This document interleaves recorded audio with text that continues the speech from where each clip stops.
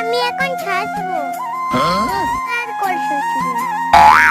আমি বলি সুন্দর না। কই গেল শুনছ? এই দেখো কি আনছো। আমি একটু সাজি। তুমি তো দেখো না।